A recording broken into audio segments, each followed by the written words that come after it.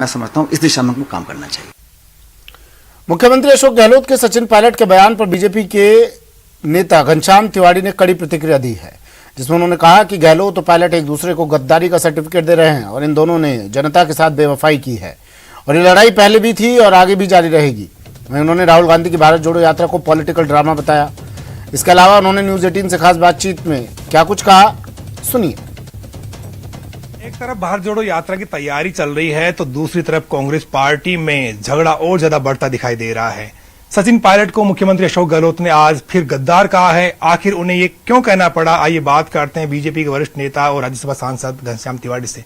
तिवाड़ी जी, जहां पर यात्रा आनी है वहां पर मुख्यमंत्री अशोक गहलोत जाकर सचिन पायलट को गद्दार कह रहे हैं, ऐसा क्यों कह रहे हैं? वो देखिए, वो क्यों कह रहे हैं तो वो जाने, लेकिन जो बात है वो ये है कि 2019 के लिए गहलोत गुट ने 34 दिन तक उसमें होटल में रहकर और इनको गद्दार कहा है कि इन्होंने गद्दारी की, इसलिए हमको 34 दिन तक होटल में रहना पड़ा। और पायलट का गुट ये कह रहा है कि अभी 2022 में जब कांग्रेस की सीएलपी की मीटिंग के लिए पर्यवेक्षक आए तो अशोक गहलोत गुट ने गद्दारी की।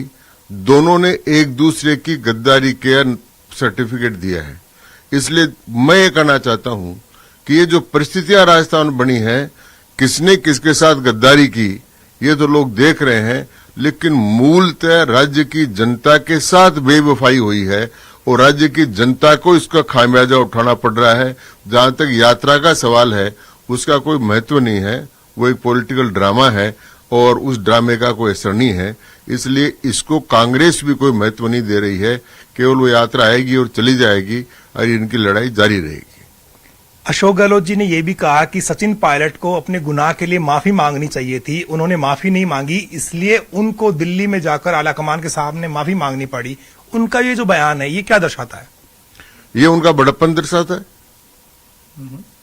कि वो कह रहे हैं कि भाई सचिन को माफी मांगनी चाहिए थी और सचिन के बजाय उन्होंने माफी मांग ली, तो इसका मतलब सचिन के ने जो कुछ किया उसके लिए गहलोत साहब ने माफी मांगी। लेकिन यथार्थ ये है कि गहलोत साहब ने माफी मांगी थी उस दिन सीएलपी की मीटिंग न होने कारण से। और अब इन सारी बातों का कुल मिलाकर एक लबोलबाब करना यह है कि राज्य की जनता ने जो विश्वास व्यक्त किया था 4 साल तक, वो इस नाटक को देखती रही है। इस प्रकार का घिनौना नाटक राजनीति में मैं समझता हूं हिंदुस्तान के इतिहास में कभी नहीं हुआ। ये थे बीजेपी के वरिष्ठ नेता घनश्याम तिवाड़ी। कैमरा पर्सन भवानी के साथ बाबूलाल धायल, न्यूज 18 जयपुर।